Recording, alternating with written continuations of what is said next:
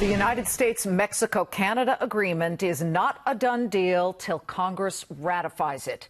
According to President Trump, lawmakers will, quote, easily pass the USMCA, that's the new NAFTA, the revamped trade deal.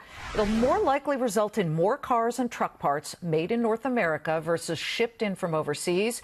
And U.S. dairy farmers will be able to send a lot more of their milk products over to Canada. But steel and aluminum tariffs remain in place and untouched. First on Fox Business, one of the congressmen who will vote is Michigan Congressman Dan Kildee. His district borders our northern neighbor.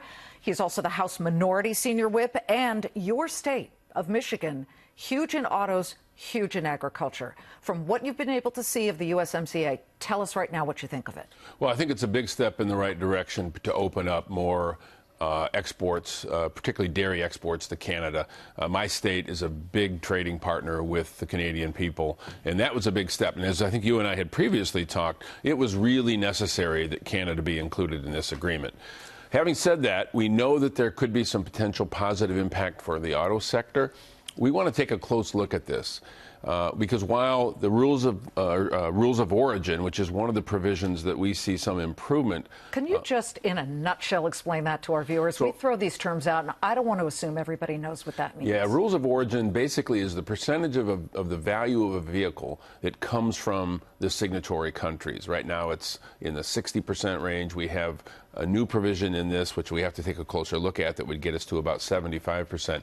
In order for a vehicle to be considered built within the three-country region. Exactly. So that's a potential positive step. Where there are some still unanswered questions is what the labor provisions will look like, and probably more important than what they say, what the enforcement mechanism will include. Because having these labor provisions in place without robust enforcement is not really taking us anywhere. So that's the big unanswered question that we're going to need to learn more about. The dairy issue.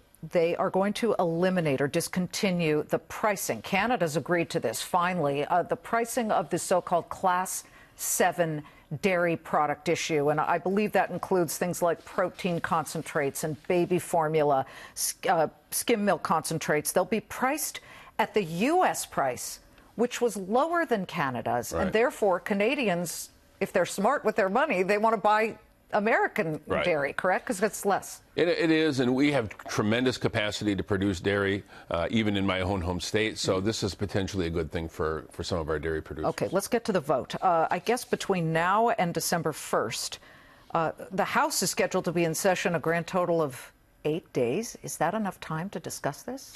This is a big agreement, and I think it would be really tough to see us get through with just 8 days of legislative action.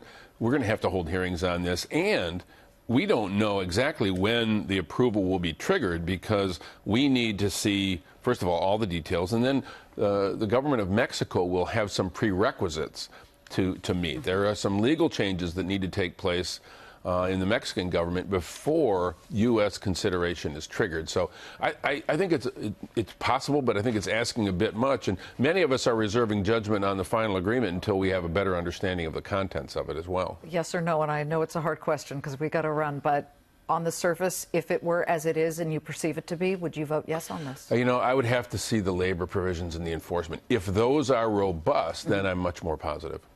From a Democrat, Dan Kildee, thank you very much for being here.